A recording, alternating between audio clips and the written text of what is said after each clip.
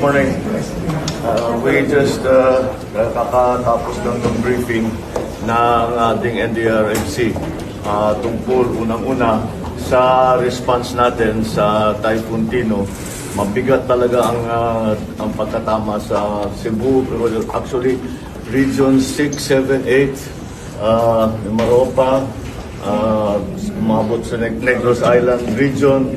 Kasi dahil tumawid ang Tino and the damage is heavy, and so we are doing our usual relief and support activities para lahat ng mga na-displaced, lahat ng naging biktima ay matutulungan natin ng pamahalaan together with national government, together with the first responders, of course the LGUs.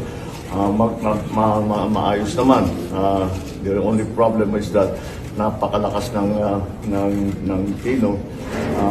Unfortunately, meron tayong inaabangan na parating na may potensyal na maging mas malakas pa.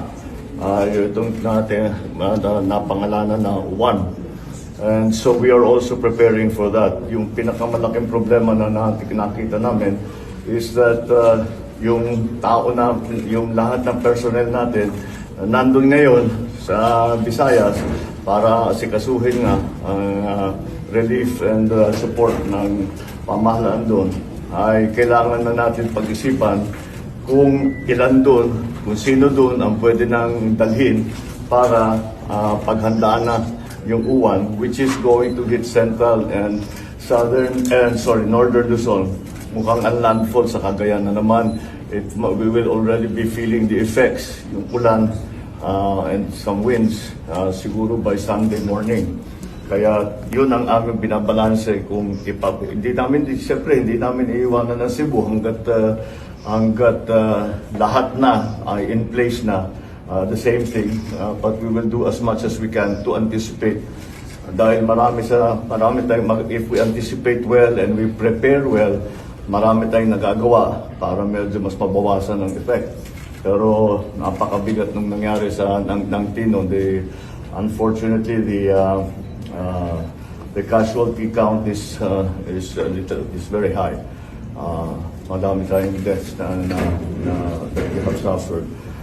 I do not want to give a number because we are still in the process of validating all the numbers about the damages, etc., the number of people who have been displaced, the number of families that are under evacuation centers, those that have been displaced na umuwi sa kanilang mga kamag-anak, sa mga kaibigan.